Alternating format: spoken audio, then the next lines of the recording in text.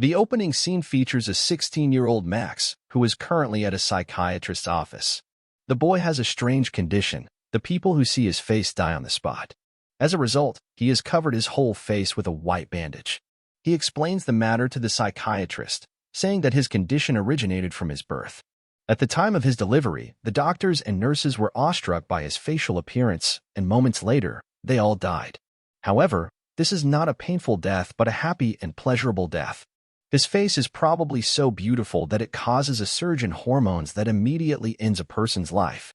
Due to this, Max's parents had to move to a more secluded town. He is also homeschooled to protect himself and the other kids. However, his rare ability makes him feel very lonely because the only people who aren't affected by this are his parents.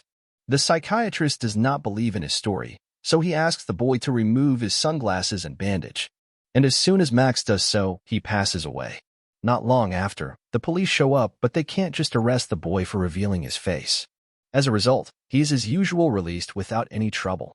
Back at home, Max is visited by his only friend, Dan. While having their lunch together, Max's parents ask Dan to sign up for some dating apps for Max so that he can start going out rather than staying inside the house every day.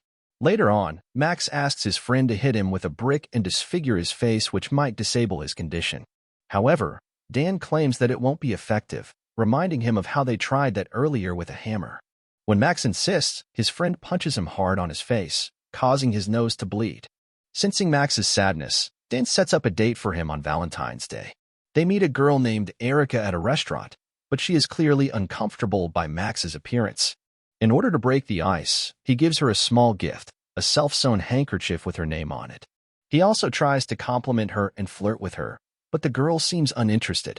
A short while later, they are interrupted by Erica's ex-boyfriend, Greg, who appears to be a tough, intimidating, and aggressive man. He begins to make fun of Max's appearance and even assaults him physically with no apparent reason. Despite being humiliated in front of everyone, Max tries to meet Erica some other day, but she refuses and walks away. Because of all this, Max suffers a mental breakdown. He walks up to a bridge with the intention of committing the unthinkable. But before he can take such a drastic step, he is approached by a girl named Alex. She surprisingly suggests that he should go to a higher bridge if he really wants to die. Max angrily shouts at her for offering such advice to someone in a dire state. In response, Alex calmly says she knew that he wouldn't jump. As they converse, Max opens up about his problems and expresses his wish to live a normal life. Upon sensing his depressed life, Alex takes him to a retirement home where she volunteers at. There, she introduces him to her elderly friends, Esther, who battles Alzheimer's disease, and Rosemary, who has a terminal illness. They spend the entire day conversing with them, which cheers Max up. Before they part their ways, he asks Alex if they can meet again. Sadly, she turns him down and leaves. The next day, Max confides in Dan about Alex and expresses his longing to see her again. Hearing this, Dan suggests that he go to the same spot where they first met and wait for her there. Heeding to his friend's advice, Max sets out and waits for her in a bus stop near the bridge. Fortunately, he sees her again and convinces her to spend some more time with him. Following this, the duo head to a store where they buy a lot of candies in order to fulfill one of Max's dreams of swimming in them. They then fill his bathtub with candies and sit on it. From this point onwards, the two start bonding. Max then shares his rare condition with her, but she doesn't seem to be affected, unlike others. In turn, Alex also reveals about her rare cardiovascular disease in which her heart enlarges whenever she shows or feels any emotions. She also shows him how she is wearing a device that monitors her heart every time. But since her condition is currently stable, she says that there's nothing to worry about. As days pass, they start growing closer and really seem to enjoy each other's company. One day, the two go to a cinema hall where they enjoy a movie while also getting drunk. Later that night, Alex walks Max home, and he invites her inside. While in his room, he asks her about the light bulb on her jacket. Alex explains it's a dangerous indicator that lights up when her condition worsens. Amidst their conversation, Alex removes his sunglasses and looks into his eyes. Max is scared that she'll die, but surprisingly nothing happens. Probably, one has to see his full face to end up in such a fate. Just then, Max's parents return home and are elated to see their son finally having a girl. They also introduce an exchange student named Yushin, who will be staying with them until she finishes her studies. They tell Max to befriend her, but he doesn't appear interested in doing so. The following day, Max, Alex, Dan, and his girlfriend plan a forest camping trip. Max's mother asks them to take Yashin as well. The boy is hesitant about it, but upon continuous insisting, he agrees. Later, as they walk in the woods, Alex gets a minor injury. She scratches herself with a branch. Seeing this, Max tears a piece of his face bandage and wraps it around her wound. His action makes her feel loved, which actually isn't good for her heart. As night falls, they all set up a bonfire in camp. During this time, Alex expresses her wish to see Max's face, so he takes her under the blanket, covers her eyes with the bandage, and allows her to feel his face. The moment turns romantic, and they end up sharing a kiss. In the next scene, Max and Alex visit the retirement home, only to learn that Rosemary is in a critical phase of her life. Seeing the old lady suffering a lot, Alex is unable to hold her tears, which is again bad for her health. As a result, she walks out of the room, followed by Max. Alex then reveals that Rosemary is suffering a lot and the nursing home is trying their best to save her by putting her on the several medical devices, which torture her even more. Due to this, she requests him to take off his face bandage and show his face to Rosemary. In this way, the old woman will not have to suffer so much and can die peacefully. Max is initially hesitant, but after thinking it through, he agrees. He then goes to the ward room and reveals her face, letting her die happily. Time passes, and the relationship between Max and Alex goes deeper and deeper. However, things eventually begin to change as Alex stops replying to his text and phone calls. After a few days, a concerned Max decides to go to her place. Once there, he learns that the doctor has doubled her medication dose because her heart is getting larger. Hearing this, Max blames himself because they were meeting a lot. He asks if he can do anything for her, to which she asks him to take her to a party. Obliging to the request, Max takes her to a party where Dan is also present with his new girlfriend.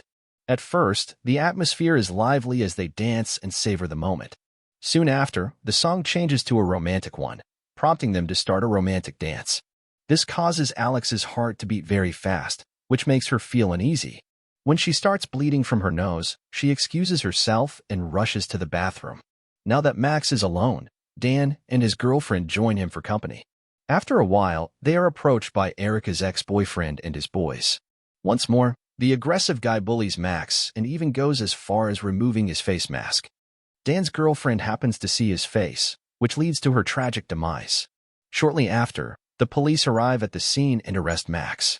While walking towards the police car, Max notices Alex being transported to the ambulance as her health seems to have deteriorated badly. After spending a day in prison, Max is somehow bailed out and he rushes to the hospital to see his lover. There, he learns that Alex was always going to die. The medications she took were only to suppress her emotions. But since she started to fall for him, she was willingly risking her life to experience emotions, due to which she stopped taking the medicines. Now that she is already on her final stage, she makes her last wish to see his face and die in peace. Max, who can't let her go, gets enraged by this and claims that she won't understand how it feels to see someone die before him. He refuses to fulfill her request and storms out. Max returns home and tries to disfigure his face with a brick. However, his parents stop him and somehow manage to calm him down with a comforting hug. At the same time, Yashin's cat enters the room and sees his face. This causes it to die as well. From this day onwards, Max, who is upset by Alex's request, stops seeing her and does not even answer her calls and texts. One day, Max meets with Dan and confides in him about everything that has been happening in his life. He reveals about Alex's critical condition and her request. Hearing this, Dan doesn't understand why he is ignoring her despite knowing that she is sick. He asks him to stay with her, pointing out that he might even lose the chance to bid her goodbye. His words seem to have the right effect on Max, and he eventually decides to meet her. The next day, Max goes to the hospital and starts decorating Alex's ward room with all of his handcrafted creations. He also apologizes for staying away from her, confessing that he wasn't ready to face the possibility of losing her. Now that he understands her pain, he finally agrees to fulfill her earlier request. He then removes his face bandage and lies down beside her. Before looking at him, she leans forward and shares a romantic kiss. She then opens her eyes and looks at his face, but it doesn't actually kill her. However, it brings her joy that has a negative impact on her heart, causing her condition to worsen. Max immediately summons the doctors, who manage to stabilize her for now. He then stays by her side throughout the night until she ultimately succumbs to her illness. In the next scene, we see the devastated Max attending Alex's funeral. Later on, he goes to the same bridge where he first met her. He has an envelope in his hand with Alex's name written on it. He then puts her favorite chocolate in it and throws it into the river. A few days later, Max's murder charges are dropped by the court, as forensic evidence proves that Dan's girlfriend died a natural death. Gradually recovering, Max's life starts to take a positive turn, and the terrible feelings slowly fade away. In order to honor Alex, he visits the retirement home from time to time and spends time with Esther. Eventually, Max finds the right way to use his unique ability. He grants euthanasia to those who request it so they can look at his face and die happily and peacefully. The movie ends as Max narrates that the most important thing he learned from Alex is that his face isn't lethal to those who love him unconditionally. The end. Like and subscribe our channel for more videos.